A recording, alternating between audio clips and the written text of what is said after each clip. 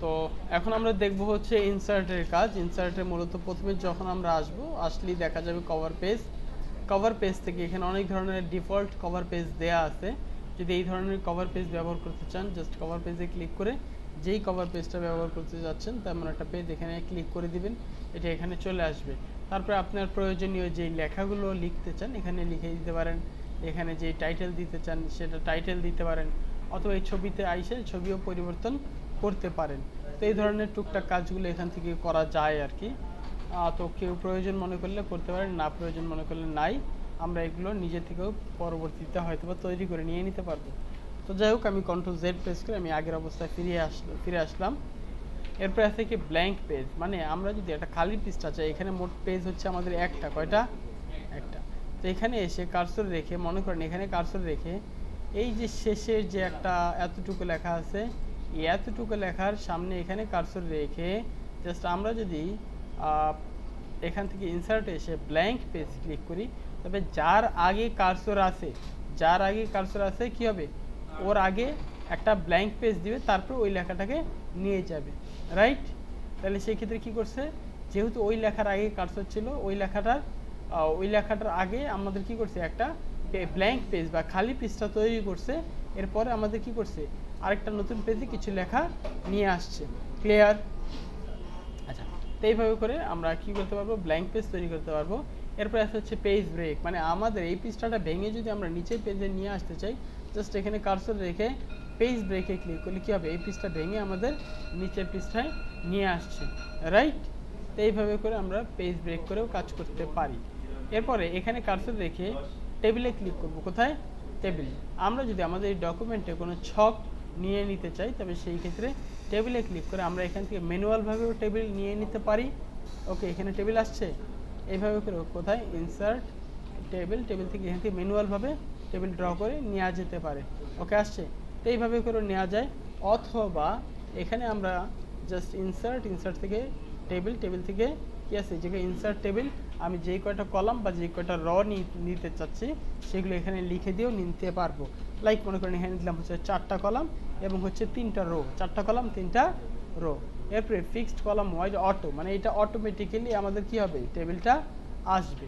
এরপর ওকে প্রেস করলে এই 1 2 3 4 4টা কলাম, 1টা 2টা 3টা 4টা কলাম, আর র কয়টা, 1টা 2টা 3টা, কয়টা রো, 3টা রো আমাদের এখানে চলে আসছে, রাইট? তো এইভাবে করেও কাজটা করা যেতে পারে। এরপর কি আছে, এরপর আছে ইনসার্ট থেকে ড্র টেবিল। কি আছে? Draw table. এই ড্র টেবিলে ক্লিক করে আমরা কী করতে পারবো, এইভাবে করে একটা টেবিল নিয়ে জাস্ট এই জায়গায় এইভাবে করে আমরা কী করতে পারবো, টেবিলটা এঁকে নিয়ে নিতে পারবো। ওকে, তো যে যেভাবে টেবিল ড্র করতে চায় বা এঁকে নিতে চায়, সে সেভাবে টেবিলটা ড্র করে নিয়ে নিতে পারবে। ওকে, এরপর টেবিলের ভেতরে কার্সর থাকা অবস্থায় দুইটা অপশন চালু হয়, একটা হচ্ছে ডিজাইন আর একটা হচ্ছে কি লেআউট। তো এই ডিজাইনে এসে আপনি কি করতে পারবেন, আচ্ছা লেআউটে এসে আমরা কি করতে পারবো, এখানে একটা ইরেজার পাবো। কি পাবো? ইরেজার পাবো। এই ইরেজার দিয়ে আমরা এখান থেকে এইভাবে করে ইরেজ করে নিয়ে নিতে পারবো, হয়েছে? অথবা একটা ক্লিক করলে একটা রো আমাদের মার্জ হয়ে যাবে বা কমে যাবে, রাইট? তো এইভাবে করেও কাজ করা যায়। এরপর আবার ড্র আছে, ড্র থেকে এরকম আমরা কি করতে পারবো, একেও নিয়ে নিতে পারবো। এটা কোথা থেকে? এটা হচ্ছে টেবিলের ভিতরে লেআউট থেকে। এরপর ডিজাইনে যদি আমরা আসি, লক্ষ্য করে দেখেন এই যে ঘরগুলো আছে না, আচ্ছা এটা কেটে দিলাম, মানে এটা কাটলাম কীভাবে একটু দেখি। এই জায়গায় এখানে একটা ক্লিক করে পুরো টেবিলটা আমাদের সিলেকশন হয়ে যাওয়ার পরে ব্যাক স্পেসে প্রেস করলে আমাদের টেবিলটা কী হয়ে যাবে, রিমুভ হয়ে যাবে। এরপর এখানে কার্সর রেখে সাপোজ মনে করেন আমি এখানে ডিজাইনে এসে পুরো টেবিলটাকে সিলেকশন করে বর্ডার থেকে যদি নো বর্ডার দিই, এখানে কোনো বর্ডার আছে, বোঝার কোনো কায়দা আছে যেখানে একটা টেবিল আছে? বোঝার কায়দা থাকবে কখন, টেবিল যদি আমরা না দেখাই, তারপরে কি করতে চাই, টেবিল ওপেন করতে চাই, তবে সেই ক্ষেত্রে কি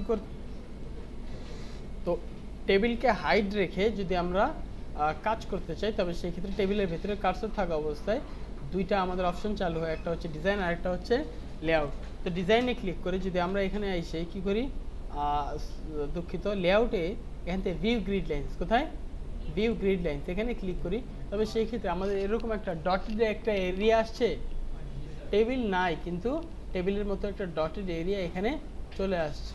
ক্লিয়ার?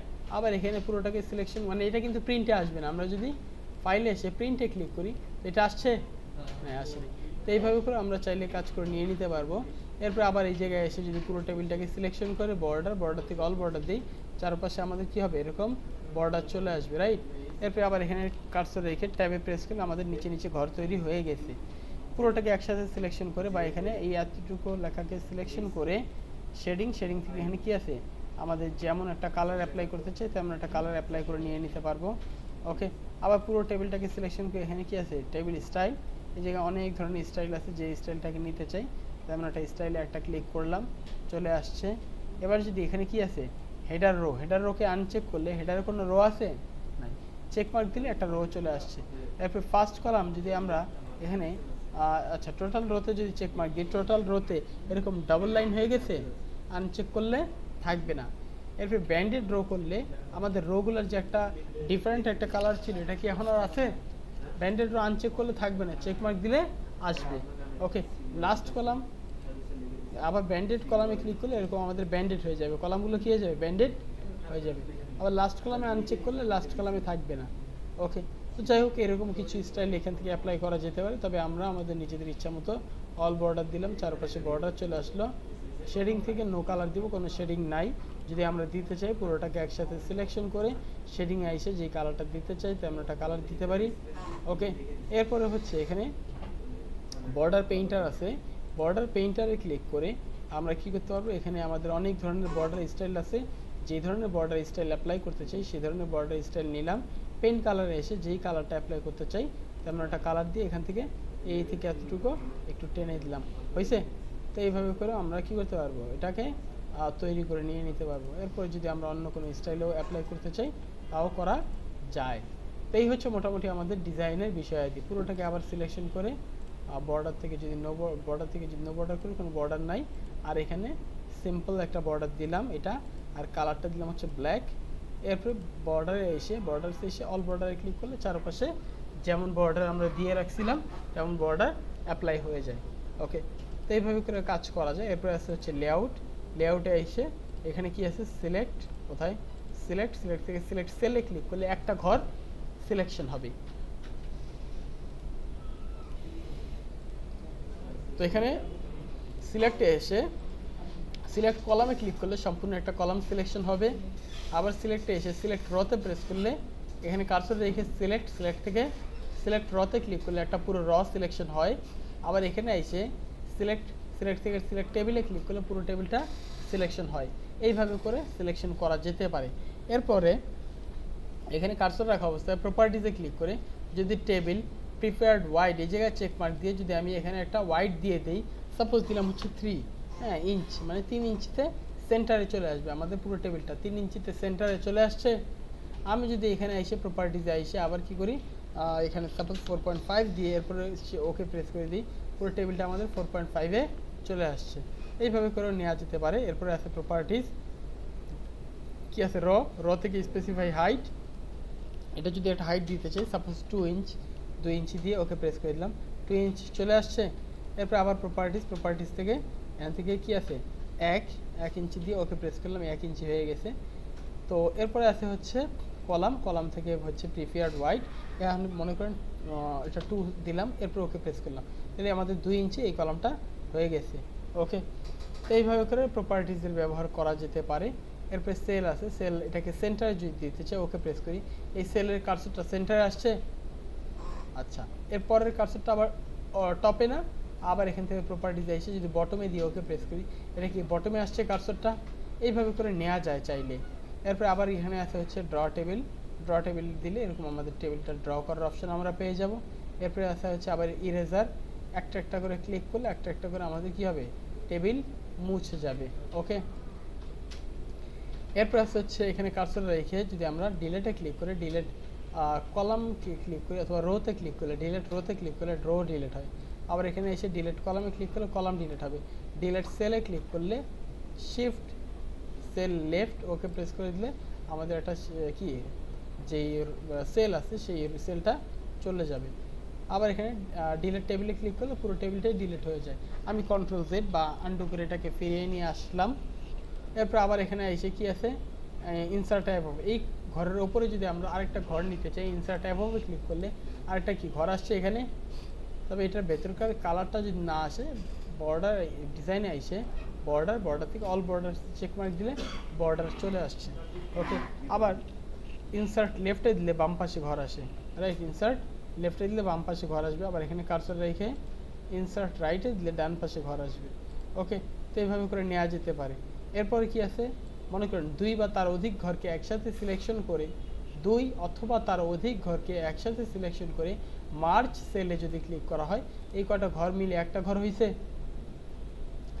এরপরে আবার এখানে এসে এখানেই আবার কার্সর রেখে স্প্লিট সেল যদি করি, স্প্লিট বলতে বিভক্তিকরণ বা ভাগ করা বোঝানো হচ্ছে।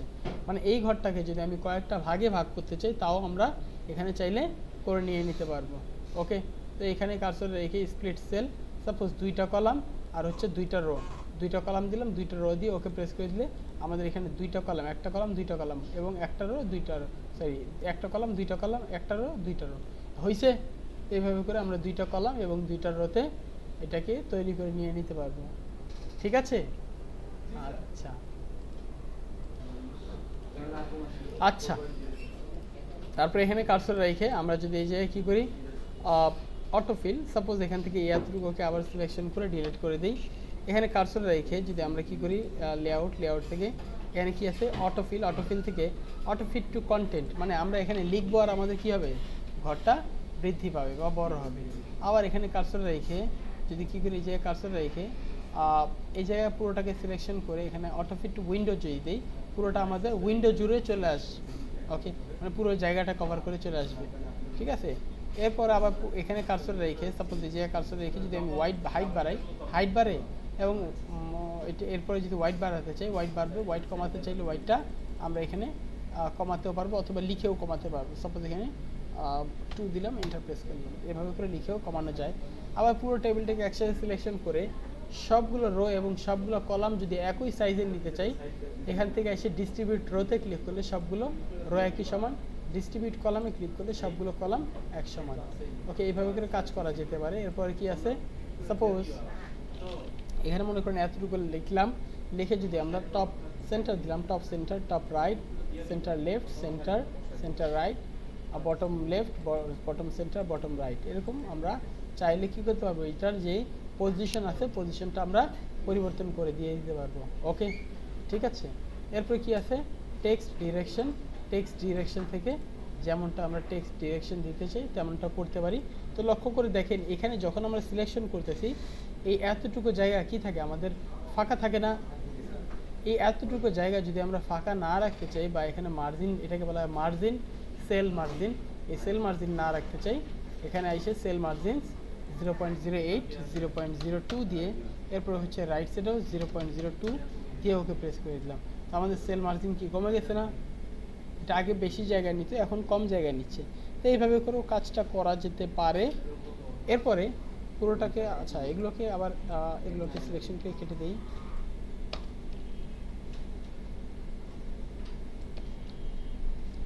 আচ্ছা,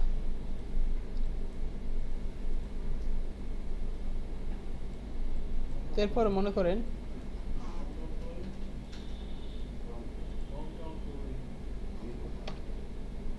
পুরোটাকে সিলেকশন করে এখানে এসে অটোফিট টু উইন্ডো দিলাম। মনে করেন এখানে লিখলাম হচ্ছে SL নেম মোবাইল। তো এই এতটুকুকে সিরিয়াল নং নেম মোবাইল এতটুকু লিখলাম। পুরোটাকে সিলেকশন করে ডিজাইন থেকে শেডিং থেকে নো কালার দেন, কোনো কালার থাকবে না। পুরোটাকে একসাথে সিলেকশন করে শেডিং থেকে একটা কালার অ্যাপ্লাই করে দিলাম সাপোজ দিয়ে। এখন দেখেন এই জায়গায় পুরোটাকে একসাথে সিলেকশন করে লেআউট সেন্টার। ওকে, এখন এই জায়গায় আমি যদি প্রেস করি, ট্যাব প্রেস করি, এরপরে আমাদের নিচে ঘর বাড়তেছে। যদি এটা আমাদের নিচের ঘরে আসে, নিচের ঘরে আসলে এখন কি, যদি এই দ্বিতীয় পেজটা কেউ দেখে তার পক্ষে বোঝা সম্ভব যে এইটা কি বোঝা সম্ভব না। কিন্তু আমরা যদি চাই যে আমি একটা পৃষ্ঠায় যে ধরনের হেডারটা তৈরি করেছি এটার পরে অন্যান্য পৃষ্ঠাগুলোতে অ্যাড হবে, এরকম কিছু যদি চাই, তবে সেই ক্ষেত্রে কী করব, এই পৃষ্ঠার শুধু যে আমাদের হেডার যে রোটা আছে, হেডার রোটাকে সিলেকশন করে লেআউটে আসবো। হেডার রোটাকে সিলেকশন করে লেআউটে এসে এটাই কী করব, রিপিট হেডার রো এই জায়গায় একটা চেক মার্ক দিব, তারপর এখানে কার্সরটা রেখে ট্যাপ প্রেস করেন, দেখেন হয়েছে, রাইট। এরপর ট্যাপ প্রেস করে ধরে রাখলে আমাদের কি হবে, এরকম রোগুলো তৈরি হয়ে যাবে। ক্লিয়ার? আচ্ছা ঠিক আছে। তো এই হচ্ছে মূলত আমাদের এটার কাজ। এরপরে আছে কি, এখানে কার্সর রেখে কি আছে এই জায়গায় ইনসার্ট রাইট, আমরা ডান পাশে আরও ঘর তৈরি করে নিলাম। ওকে, ডান পাশে এরকম ঘর তৈরি করে নিছি।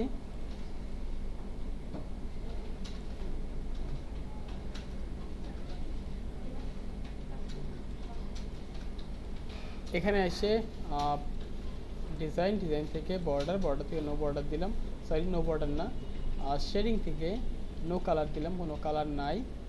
এরপরে মনে করেন এখানে লিখলাম হচ্ছে আমরা সাপোজ কনভার্ট টু টেক্সট, এটাকে যদি টেক্সটে কনভার্ট করতে চাই ট্যাব, ওকে, মানে ট্যাব প্রেস করলে যেমন একটা নির্দিষ্ট দূরত্ব আসে তেমন একটা দূরত্ব আসছে। আবার আন্ডু করলাম। এরপরে কি আছে, এখানে এসে ফর্মুলা, মনে করেন এখানে দিলাম হচ্ছে 45, এখানে দিলাম হচ্ছে 78, ওকে, এরপরে এখানে দিলাম হচ্ছে 55। তো এই দুইটাকে আমি যদি এখানে যোগ করতে চাই, ফর্মুলাতে ক্লিক করব, কোথায়, ফর্মুলাতে এসে ইকুয়াল সাম লেফট, তাহলে বাম পাশের এই দুইটা ঘর কী হবে আমাদের এখানে যোগ হয়ে যাবে, হয়েছে।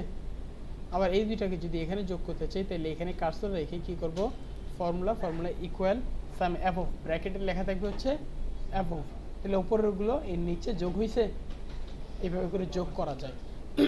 কিন্তু যদি আমরা নিয়মের বাইরে গিয়ে কোনো কাজ করতে চাই, সাপোজ মনে করেন এই ডান সাইডেরগুলো আমি বাম সাইডে যোগ করব, তবে সেক্ষেত্রে ফর্মুলাতে ক্লিক করে ইকুয়াল সাম রাইট, তো আমার ডান পাশেরগুলো যোগ হবে না, ইকুয়াল সাম রাইট দিয়ে ওকে প্রেস করলে ডান পাশে এই যে এগুলো হয়েছে যোগ। এখন যদি আমি নিচেরগুলো উপরের ঘরে যোগ করতে চাই, তাহলে সেক্ষেত্রে কী করবো, ফর্মুলা ইকুয়াল সাম ফার্স্ট ব্র্যাকেট দিয়ে এখানে লিখবো হচ্ছে বিলো, কী লিখবো, বিলো লিখে ব্র্যাকেট ক্লোজ করে ওকে প্রেস করলাম। এই ঘর কয়টা আমাদের নিচে, মানে নিচের ঘর কয়টা উপরে যোগ হয়েছে। এরকমভাবেও কাজ করা যেতে পারে, ঠিক আছে। তো এই কাজগুলো আপনারা একটু দেখেন। Thank you so much.